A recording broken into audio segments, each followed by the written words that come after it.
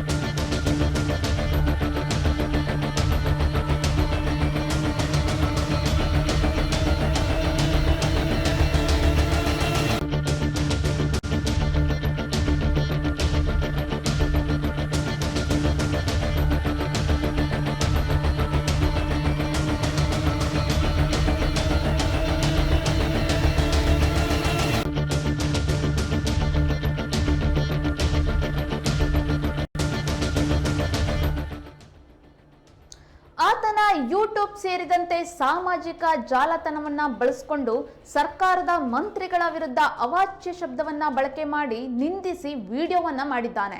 CM Siddaramaiah, ಶಿಕ್ಷಣ ಸಚಿವ Madhu Bangarappa, Satish Jarkiholi, George ಸೇರಿದಂತೆ ಹಲವು ಮಂತ್ರಿಗಳ ವಿರುದ್ಧ ಅವಾಚ್ಯ ಶಬ್ದಗಳ ಬಳಕೆಯನ್ನ ಮಾಡಿದ್ದಾನೆ. ಆ ಹಿನ್ನೆಲೆಯಲ್ಲಿ ವಿನೋಬನಗರದ ಪೊಲೀಸರು ಸುಮೋಟೋ ಪ್ರಕರಣವನ್ನ ದಾಖಲು ಮಾಡಿಕೊಂಡಿದ್ದಾರೆ.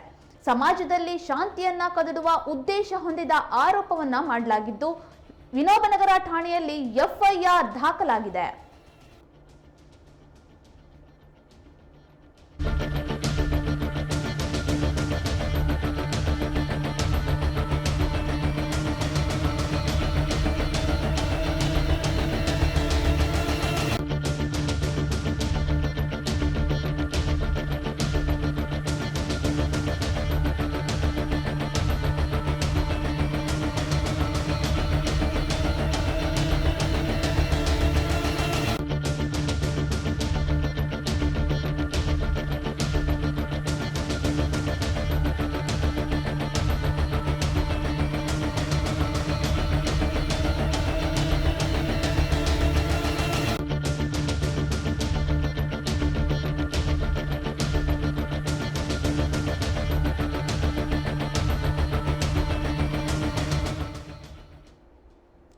ನರಸಿಂಹಮೂರ್ತಿ ಅನ್ನೋ ವಿನೋಬನಗರಕ್ಕೆ ಸೇರಿದಂತಹ ಈ ವ್ಯಕ್ತಿ ಸಾಮಾಜಿಕ ಜಾಲತಾಣವನ್ನ ಹೇಗೆ ಬೇಕೋ ಹಾಗೆ ಬಳಸಿಕೊಂಡಿದ್ದಾರೆ.